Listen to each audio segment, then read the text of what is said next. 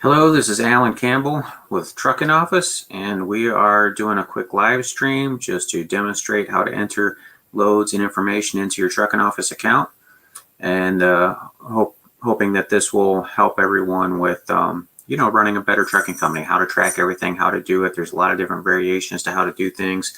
Everyone's got a little bit of a different operation, so maybe it's helpful just to show how the ongoing effort is of management. It can become a lot smoother if you just use the system.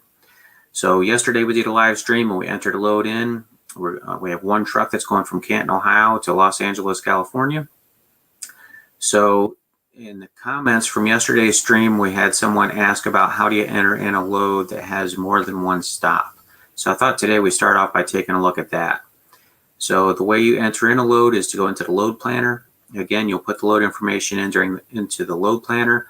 Then you dispatch that load by adding it to a trip. When you do that, you'll be assigning it to a truck and trailer and driver, so it's tracked in the system. And the load planner is just your area to put your pre-planning information. So we're going to add the planned load. Click this button here. We need to enter in the customer that we would use to do that. And so we're going to enter in one that we've already used, which is we're going to say our best customer in Canton, Ohio. And then from there, we need to know who the shipper is. Where are we going to pick this load up? So we'll also pick that load up at the best customer in Canton, Ohio. And we're going to pick it up today. We'll put the dates in there. This is a place to put in driver instructions like appointment times or those types of things. Bill of lading number, if you have one, we can enter it. If you know the weight, we could enter that. These are just autocompletes from my browser. Okay. And then we're going to deliver this load. I'm going to say see if we have anything in Chicago. We'll deliver this thing in Chicago. And then, let's see, today's the 27th. We can deliver tomorrow in Chicago. It's about 400-mile trip, I think, ballpark. So we can make that by tomorrow. And driver instructions, again, if you had an appointment time or something like that, you can enter that right in there. Now, what if this had a second pickup? So if we have a second pickup or a second delivery, you can enter that just by adding, there's a button here for add another delivery. So sometimes you pick up in one places, maybe you deliver it 2 or 3 places, sometimes it's the other way around. So for example, what if we had a pickup in Canton, which is up here, we already put that in, best customer, Canton, Ohio. And then what if we were going to pick up a second shipper, say in Akron, Ohio. Trying not to sneeze real quick. Then we have, so we're going to pick up in Akron. We're going to do that today also. We can pick up in the morning in Canton, in the afternoon we can pick up in Akron. Again, delivery instructions or bill of lading. I can leave that information blank. Sometimes you don't know that stuff until after you pick it up. Sometimes you know it ahead of time. If you know it, you can fill it in, but I'm just going to keep things moving along. Primary fee. I just had to make something up. We'll say $1,200. I don't know what rates are going for these days, going across there, 2 pickups. And then we'll just leave that as a flat fee. Okay, it's only 400 miles. So that's a pretty good rate for going to Chicago. But we're just pretending so we can put up whatever we want. If you guys put in the comments, if you put in some real life examples, I'd be happy to use some real life examples in some of the live streams. But we're just trying to demonstrate, enter in different types of loads and different types of scenarios. So that's it for the load information. That's basically everything I would need to invoice this load. Load has 2 pickup points, 1 delivery point. If we needed to add more pickups, we can keep entering it in, or delivery points. Furniture haulers are famous for picking up at one place, then delivering it 4, 5, 6, 8 places. There's many examples of different reasons you would need multiple pickups and multiple deliveries. So anyways, we'll save this, and that will be our planned load. After we save it, we can review our information that we entered. We have a rate over here, and this is just the load information. So if we go back to our load planner, we'll see that we have 1 load in the load planner that we just created. And then what we'll need to do is add a trip. So we can click this button to add a trip, or we can go to the trips page, and we can click to add a trip. This is our list of trips. This one is highlighted in yellow because it delivers at some point in the future. This goes by delivery dates. Anything that would deliver today would be in green. So this load is a load going to California that's going to deliver next week. But right now we're going to add a trip for that load that we just entered, so we'll click Add a Trip. So then we need to assign it to a driver. So I have some generic drivers in here. We'll pick John Smith can haul this one. John Smith is in truck number 3. This is just the system automatically knows that because we've used him before, and this driver normally drives this truck. If we wanted to change the truck, of course you can do that. Maybe today he's going to be in truck 2. It doesn't matter, but it'll remember whatever the last selection is. Or if you don't have trucks entered in the system, if you're new, you can click this button here to create a truck. It just simply opens up the form to create that, and then you either create it or you cancel. It'll bring you right back to where we were. We have John Smith. He's going to use truck number 2 this time.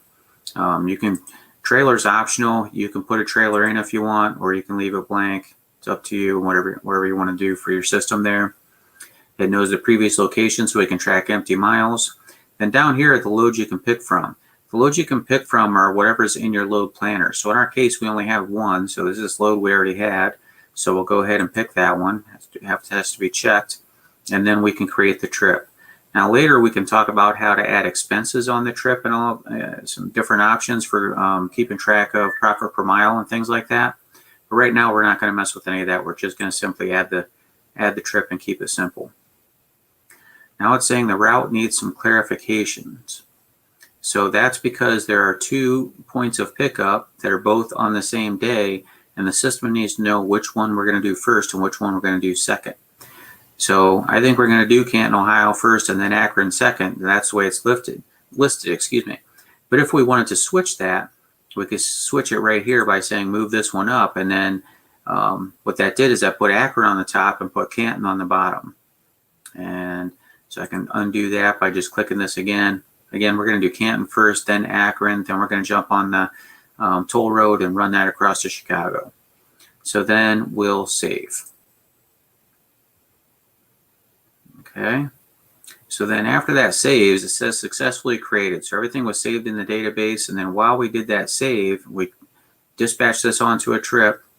This is all of our load information that we entered in before. And then it also did some calculations. It ran the miles with PC Miler. It calculated the driver's pay, so we know this driver is set up to be paid per mile. So it did the mileage calculations and figured out the driver's pay on this load. It did some revenue reports here. We knew the revenue. We know the revenue per mile. Expenses per mile is an average. And then it's showing a profit per mile on this trip of approximately 152. It's just an estimator. Down here is the load details that we entered in. And then what also shows us the miles for this trip by state, broken down for your IFTA reports later, and all the different reports that do mileage calculations. And then finally at the very bottom is the actual route. So this is showing empty miles. Our previous location was Pensacola, Florida. I guess normally you wouldn't deadhead from Florida to Ohio, but maybe there was no freight down there. We came back empty. It just happens to be a coincidence that was the last load we put in was in Florida. So it just picked up a lot of empty miles, that's all. But basically we picked up this load in Canton, Ohio to Akron to Chicago. That's our trip. This is just showing the previous location from the previous trip. So it always knows the last location of the truck, and it always picks that up so that no miles are missed. It tracks everything. We can add notes in here if we want to. Or once we're done with the trip, we can just click and go back to the list. So now when we go back to our trip list, we'll see that we have 2 trips in here now. We have the one going to California that we entered yesterday, that we have the one from today that we entered in. We're picking up today to go to Chicago. We have 2 different drivers, 2 different trucks. So let's take a look at how to do something different. Let's put in some expenses. So let's say this truck loaded yesterday in Canton, is on the way to California, and now he's had to stop and buy some fuel. So what we'll do is we'll go in and edit the trip. There's 2 ways to do this. You can enter the fuel expense right on the trip form by scrolling down here to the bottom. There's a section for it right here. Add fuel expenses. So we can click add.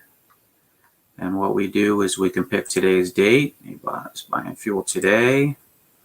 amount of fuel he's buying, the amount of money he spent on fuel. We'll say $500. You can put a description in here or a note or wherever you want to. How many gallons did he buy? Let's say it's about 200 gallons. The odometer readings, you can enter that in. I'm just typing in some random numbers. Fuel vendor, where did he buy it at? We'll say the Pilot truck stop. Let's say, not sure what I want to type in here. Let's type in, oops, I lost my,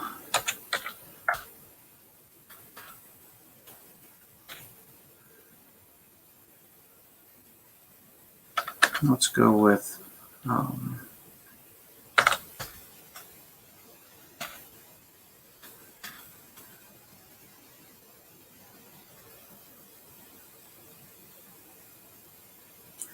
let's see, I'm trying to think of what else I can type in here. I'm not getting what I want in my search results. Let's create a vendor. If their vendor we want is not in there, we can always create one.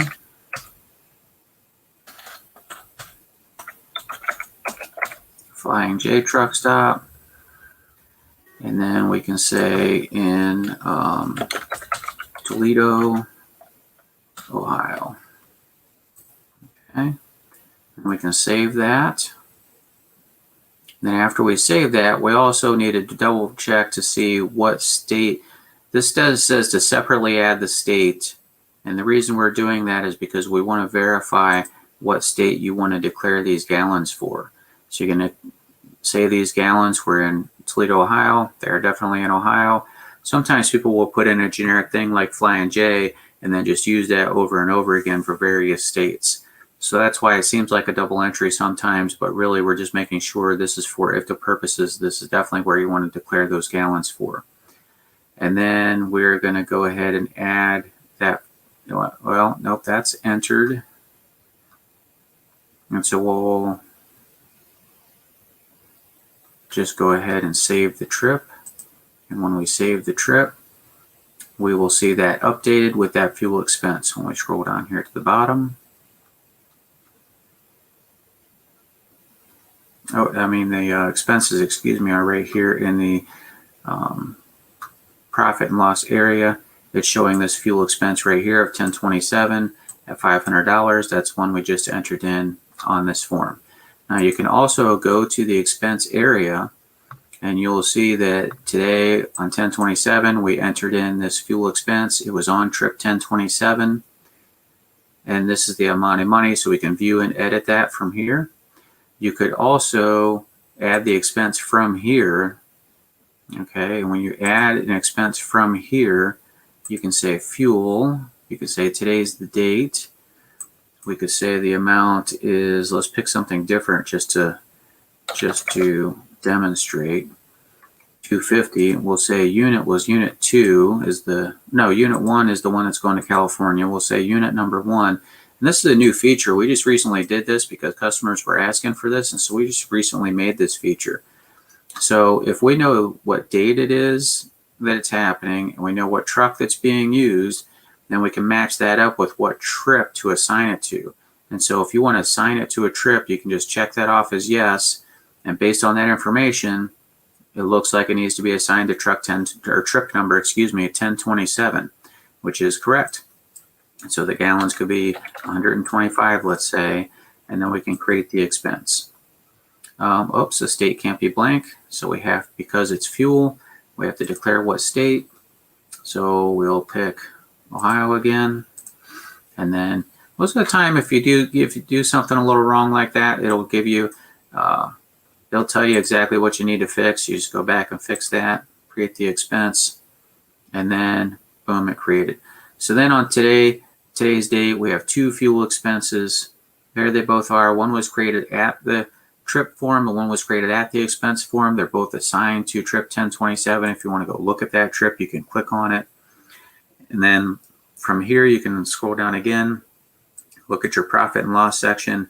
We have 2 fuel expenses now for this trip. And then that changes our profit per mile down to 210 because it adds in the revenue from the load minus these expenses, and we're looking at revenue per mile and expenses per mile, and so it updates all of that information for this trip. Okay, so we'll keep monitoring this. We'll check in tomorrow. Maybe we'll update another trip. Maybe we'll update some more expenses. We'll take a look at how things are going. So the way things stand today, we've got 2 trucks on the road, entered in a fuel expense. And if you have questions on how to use the system to keep track of loads that you're doing, if you have specific examples, go ahead and put them in the comments. I'll be happy to jump on here and answer some questions. If you have questions about how to do anything else in the system, go ahead and throw that in the comments. And, maybe on one of the other live streams, I can jump in there and do that. Again, somebody put in a comment yesterday that, they wanted to know how to enter in more than one pickup point on a load. So we went ahead and took a look at that today. So we can take a look at some other options tomorrow. So I'm going to go ahead and wrap it up for today, and we'll try to jump on here once in a while and enter in some loads, and we'll build up some sample data, and we'll start to look at start to show how things look once that starts rolling in there. We'll do some invoicing, stuff like that. So have a good day. Give me a like and a follow. We'll try to build up this YouTube channel, and we'll see you on here another time. Thanks.